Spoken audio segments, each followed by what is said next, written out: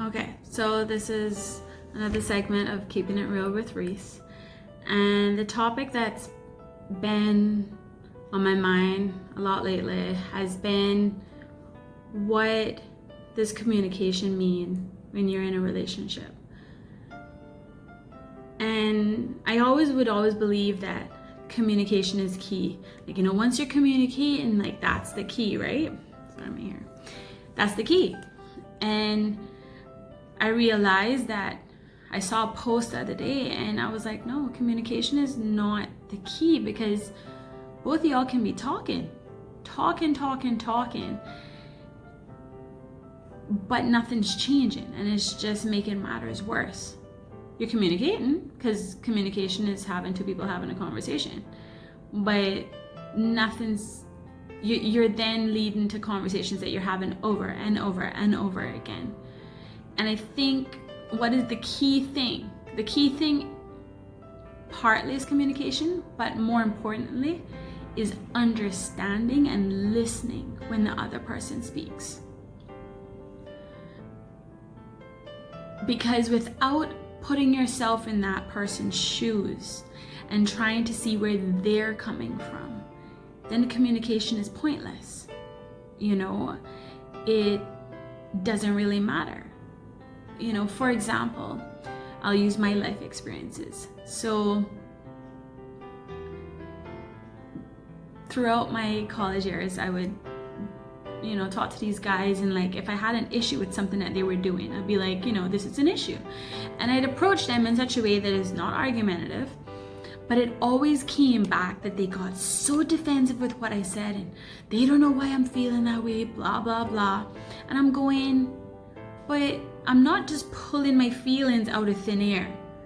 Like, we were good. So obviously something changed, and I'm trying to tell you this is how I feel. So it was a couple years ago, and I was dating this guy, and I had an issue. And now, mind you, my experience is, anytime you have an issue and you try to tell a guy, they get defensive. It becomes like, back and forth, and you have to be defensive. So with this guy, I'm like, all right, I told him, I expressed like how I was feeling, etc. And he said, all right, we're gonna talk it out. It was a couple years ago. And I get over to his place, and we're chilling or whatever, and then he's like, all right, like, let's discuss what you said. And my heart is racing, and I'm like getting psyched up to like, voice my opinion and like come back full forth and explain why I'm feeling the way I'm feeling. And he's like, no, I hear you. I understand why you feel that way. This is why I did it, but I understand why you feel that way. And we're gonna work on it going forward.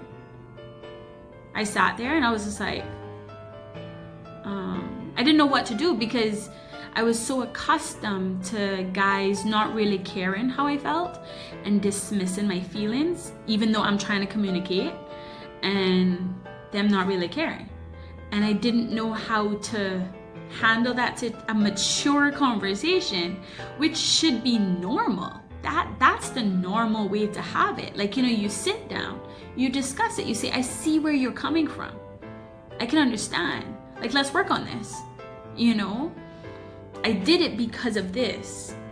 And I think that's where it comes down to, is when your partner comes to you and expresses something that they don't like that you're doing, or something that is bothering them, or they're noticing that you're withdrawn.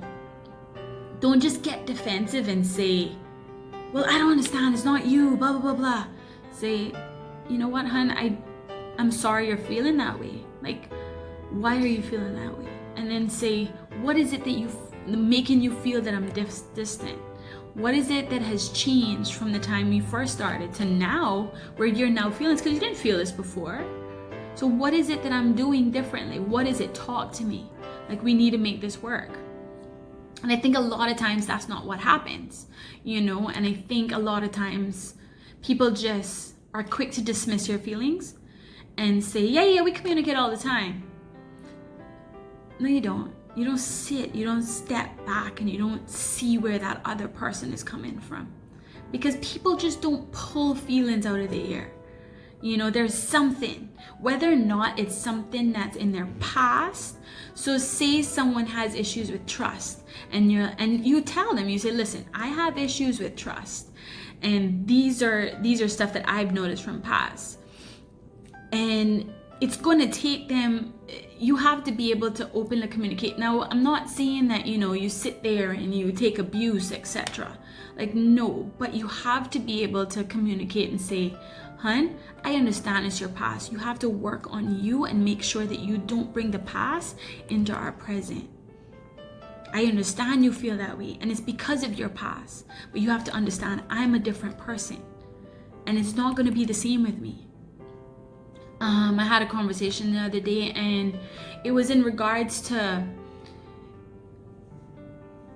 I voiced the opinion of, if you're going somewhere, like say for example, you leave work, right?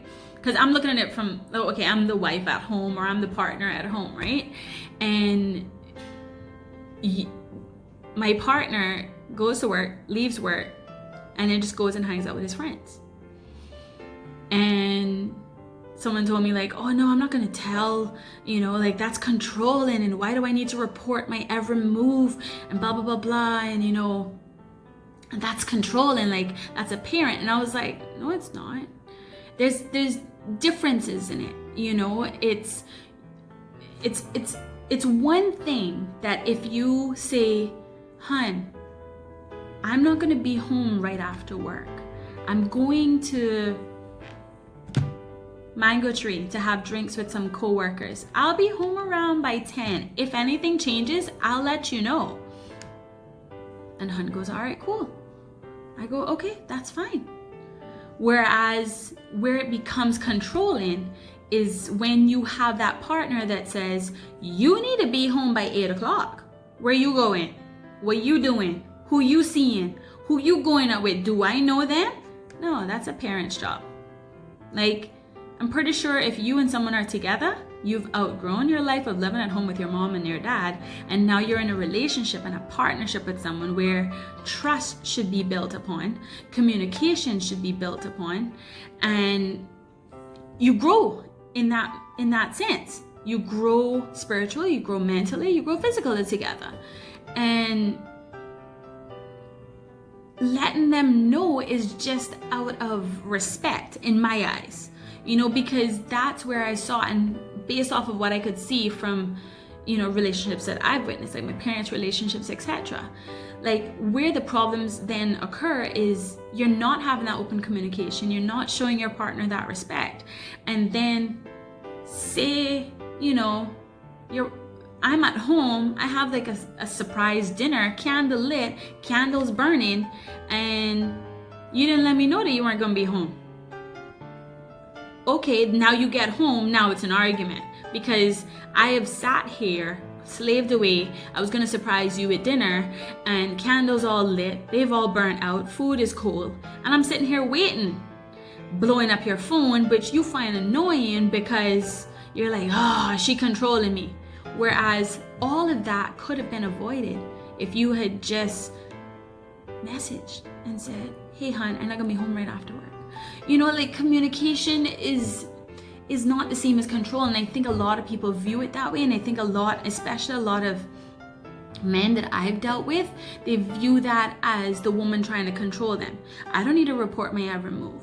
But then I've also witnessed some great relationships where there's nothing hidden between the two. They're like best friends, and they will tell them, well, I'm going to this place, I'm going to that place, like, and be like, well, I want to come with you. And sometimes it's a little too much too, like they want their partner to go everywhere with them as well.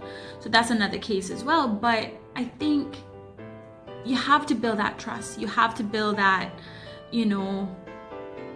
communication lines open, but you also have to understand where that other person is coming from. I think that is key in terms of building a strong relationship.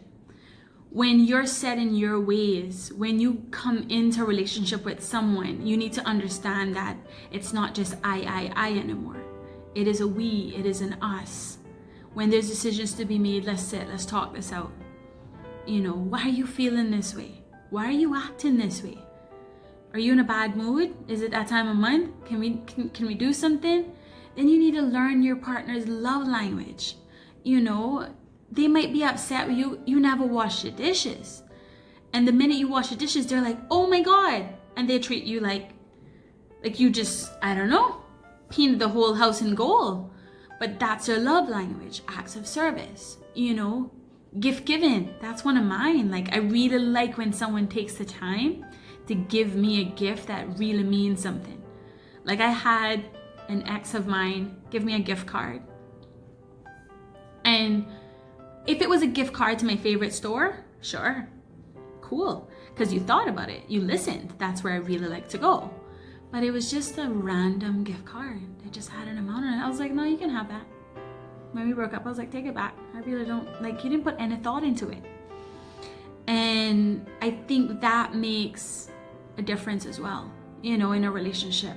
And communicating and listening. Listening is key. Like, your partners will tell you what they want, what they like, but you just need to be able to listen.